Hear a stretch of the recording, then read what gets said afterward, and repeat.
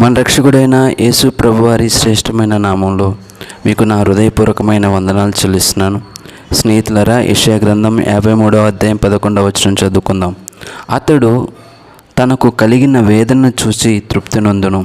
నీతిమంతుడైన నా సేవకుడు జనుల దోషములను భరించి తనకున్న అనుభవ జ్ఞానము చేత అనేకులను నిర్దోషులుగా చేయును. యేసు ప్రభువును గురించి యెషయా ప్రవక్త ప్రవచించటం ఇక్కడ మనం చూస్తాం. స్నేహితులారా, యేసు ప్రభువునందు అన్యాయం లేదు, కపటం లేదు, అపరాధం ఏమీ లేదు. అయితే ఆయన తన సొంత ప్రజల కోసం ఈ లోకానికి వచ్చాడు. అయితే తన సొంత ప్రజలు ఆయనను అంగీకరించలేదు. తన సొంత ప్రజలు పాపం చేస్తూ ఆయనను తునీకరించారు. అయితే ఆయన తన మీద తిరుగుబాటు చేయు వారి కోసం విజ్ఞాపన చేశారు. తన మీద అన్యాయపు సాక్ష్యాలను, అన్యాయపు అక్రమాలను మోపిన వారిని సైతం ఆయన ప్రేమించి వారి పాపాలను కూడా క్షమించారు.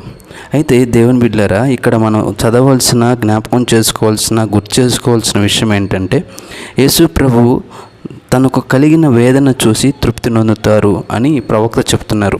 అంటే మనలను మన పాపముల నుండి విడిపించడానికి, మనలను మన పాపము నుండి, మన దోషముల నుండి నిర్దోషులుగా చేయటానికి యేసయ్య పొందబో శ్రమను చూసి ఆయన తృప్తి పొందుతాడు. ఆ తృప్తి అంటే ఆ శ్రమ వలన ఆయన సంతోషపడతాడు, ఆ శ్రమ వలన ఆయన ఆనందిస్తాడని ప్రవక్త ఇక్కడ ప్రస్తావించడం మనం చూస్తాం. యేసు ప్రభువులో ఆయన ఏ దోషమును చేయలేదు. యేసు ప్రభు నందు ఎటువంటి పాపము కూడా లేదు. ఆయన నిర్దోషి, నిరపరాధి. అయితే స్నేహితులారా, అనేకులైనటువంటి తన ప్రజల కోసం అపరాధముల చేత, దోషముల చేత, శాపముల చేత, నానా విధములైనటువంటి దుష్టత్వంలో ఉన్నటువంటి ప్రజలను విడిపించడానికి ఈ లోకానికి వచ్చినటువంటి నరరూపధారి, ప్రేమాస్వరూపి, మహాగణుడు యేసు ప్రభు. అయితే ఆయన సిలువ మరణాన్ని పొంది ఆ సిలువ శ్రమ ద్వారా అనేకులను నీతిమంతులుగా చేశాడు. నా స్నేహితులారా, నేడు యేసునందు ఉన్నవారికి నిత్య జీవం ఉంది. నేడు యేసునందు ఉన్నవారికి నిత్య జీవ ప్రవేశము కూడా లభించును. అయితే స్నేహితులారా, యేసు ఒక విషయాన్ని మనకు చాలా స్పష్టంగా చెప్తారు. నేనే మార్గము, నేనే సత్యము, నేనే జీవము, నేనే తండ్రి యొద్దకు మిమ్మల్ని తీసుకెళ్ళడానికి సరైన మార్గదర్శిని అని యేసు ప్రభు చెప్తారు. అయితే ఆ తండ్రి రాజ్యంలో తండ్రితో ఉండటానికి ఆయన ఒక కండిషన్ పెడతారు. అదేంటంటే, మీరు తిరిగి జన్మించండి, తిరిగి మారు మనసు పొందండి, అప్పుడు మీరు తండ్రి రాజ్యంలోనికి ప్రవేశిస్తారని యేసు ప్రభు చెప్తారు. నా ప్రియమైన స్నేహితులారా, యేసు ప్రభువు నీతిమంతుడు. ఆయన నిరంతరం మన పక్షాన తండ్రి కృపాసన కూర్చొని విజ్ఞాపన చేయుచున్నటువంటి ప్రధాన యాజకుడు, దేవుని సేవకుడు, జనులందరి దోషములు భరించినటువంటి గొప్ప నమ్మకమైనటువంటి మహోన్నతుడైనటువంటి దేవుడు. అయితే స్నేహితులారా,